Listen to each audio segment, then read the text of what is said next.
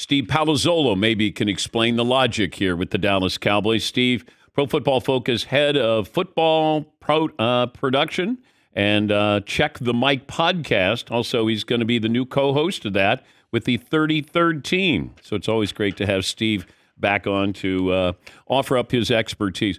What is Jerry doing with CD Lamb? Like, what's the logic here, in your opinion?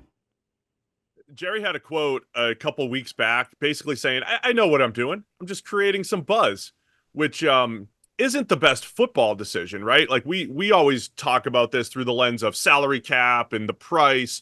Jerry's looking at it maybe from a business perspective. Hey, everybody's talking about the Cowboys. That's okay. But clearly from a football perspective, letting Dak go right to the final hour, letting CD Lamb, letting Micah Parsons go to the final hour, I don't think is going to be the best actual football salary cap driven decision. Yeah, and I wondered about this logic, and you're not the first to bring it up, but the more I hear Jerry talking, people talking about the Cowboys, Micah Parsons, Dak Prescott, CD Lamb, it seems like that is priority number one is I want you talking about my team. And maybe we get around to being a Super Bowl caliber team at some point. Where does Pro Football Focus have CD Lamb ranked in the top, let's say, wide receivers? I mean, for me, I think he's in that top 4 to 5. I mean, I think you've got Tyreek Hill, Justin Jefferson, guys like Jamar Chase, A.J. Brown. But what CD Lamb did last year, they have slowly taken away some of his friends over the last couple of years. Amari Cooper, Michael Gallup getting hurt, and CD Lamb stepped up. He can win on the inside. He can win on the outside. He was obviously Dak's go-to guy last year. I think CD Lamb showed he could be in that top 5 conversation for receivers. Second most important position in football. It's receiver. Obviously, quarterback one, it's receiver, though. And the market has started to show that. The most $20 million plus players in the NFL, guys getting up over $30 million a year. It's a passing league. And when you have that number one difference maker at receiver, makes a huge impact.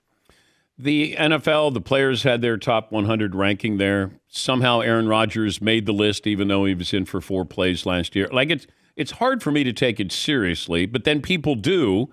And then Tyreek Hill was number 1. I love Tyreek Hill. Nobody like him. But Patrick Mahomes is the most valuable player in the league. He wins championships. I use the same logic when I voted for MVP in the NBA. Karl Malone might have had a great year. Charles Barkley may have had a great year. Mike was always going to win a championship in my mind. And I can't that's value. There's nobody more valuable than Patrick Mahomes. You agree? I completely agree. Yeah, I think Mahomes is in that Tom Brady echelon of, hey, this is the best player until, somebody says otherwise or they retire. So the players list, though, is interesting. They vote during the season, and who knows what their criteria is. But, during the season, if they voted around week 14 or 15, remember the Chiefs' offense wasn't doing so hot last year. True. This was before we saw them go on that run, in the playoffs. I also don't know how much the players are factoring in positional value. I mean, if we were just listing who we're going to start a team with, you're going to have 8 or 10 quarterbacks first before you even get to your first receiver or edge rusher. So I think the criteria, who knows what it actually is for the players, they're just kind of writing names down on a list and, wherever it shows up at the end. I think if they voted right after the Super Bowl, we know how this would end up. It would be Patrick Mahomes. But look, Tyreek Hill's wonderful. Justin Jefferson in there. Trent Williams would be in there. You know what? Give me your top 5 best players going into this season. Yeah, I'm going to refer to the PFF top 50. We did this a few weeks ago over at PFF.com. We had Mahomes number 1. We have Myles Garrett number 2, Cleveland Browns edge rusher. I think there's other edge rushers in his league, but I think Myles Garrett has separated himself above the guys like Micah Parsons, TJ Watt, JJ, Nick Bosa, and some others. We have Trent Williams, number 3, who you mentioned, the tackle from the Niners. We have Justin Jefferson, number 4. I think that's where the players had Justin Jefferson a little bit too low. I think he's in that Tyreek Hill discussion as a 1A, 1B type of receiver. And then I have Micah Parsons, number 5 in the PFF 50. So, that was how we did it. And it was, we tried to list it at PFF from, taking positional value out of it. So we still put Mahomes up there. But if you're just listing quarterbacks, you'd have Josh Allen up there. I'd have Joe Burrow, guys like Lamar Jackson. But taking position out of it, those are the top 5. Most underrated NFL players going into this season. Give me 5. 5 underrated players going into the season. I think, looking through our list here, I think Sauce Gardner from the Jets, he doesn't get targeted a whole lot. And I saw the NFL executive rankings a few weeks ago saying, hey, Sauce Gardner, didn't love Sauce Gardner. I think he's shut down. I think he's about to break the bank for corners. When he hits the market in a couple of years, I think Antoine Winfield, the safety out from the Bucs, single-handedly winning games last year with a forced fumble at the goal line, making big plays in coverage. His teammate Tristan Wirfs with the Bucs, he's not underrated anymore. He just got paid. He's getting his $30 million.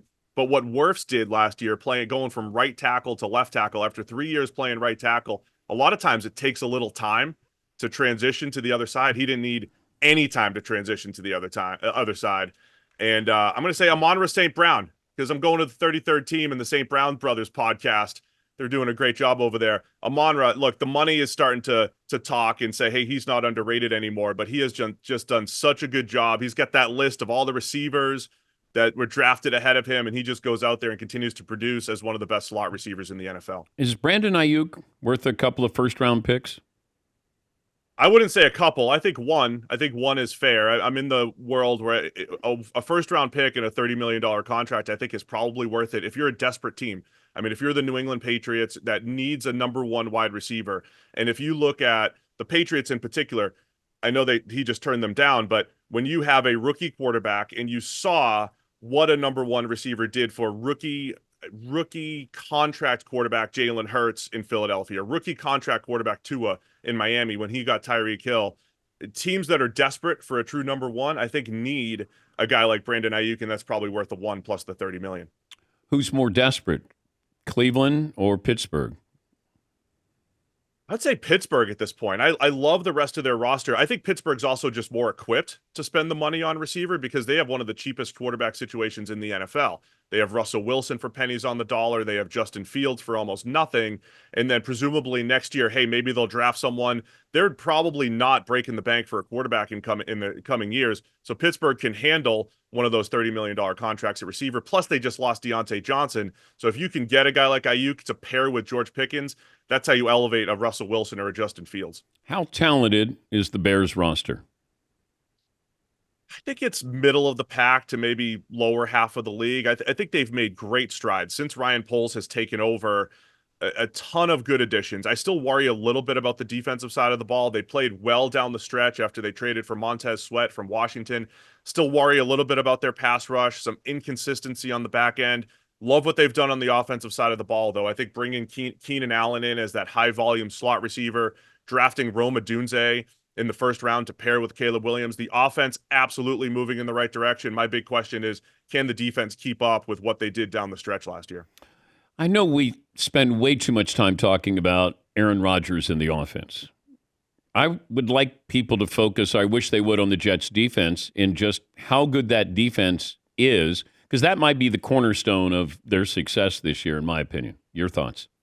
I mean, going back to what I said about Sauce Gardner as one of the most underrated players, if we go back just 3 years, the Jets had one of the worst defenses in the NFL. They were getting wrecked. Sauce Gardner comes in, locks down one side, the pass rush gets better. I mean, I do believe all three levels, the Jets do have a fantastic defense. It kind of got overshadowed last year, the last 2 years, by just how bad the quarterback play has been. But yeah, if Rodgers and the offense are just pretty good, and the Jets defense is just a fraction of what they've been the last couple of years, they have a chance to make a move because that pass rush is fierce, range at linebacker. Love what they have at corner. The Jets defense is definitely one of the best in the league. So the new co-host of Check the Mic podcast with the 33rd team. Tell the audience about that. Yeah, my co-host Sam Monson and I, we've been at PFF almost since the beginning. Sam's been there almost 17 years. I've been there almost 13 years. It was just a great opportunity for us. We've been podcasting together for over 10 years and had a great opportunity to go to the 33rd team, start the Check the Mic podcast, work together going forward. And, we hope the fans, listeners, our viewers will come with us. Awesome. Thank you for all your contributions. We'll stay in touch with you. Congrats on the new job. Thank you, Steve. Thanks, Dan. That's Steve Palazzolo, Pro Football, head of football product, co-host of Check the Mic podcast, 33rd team.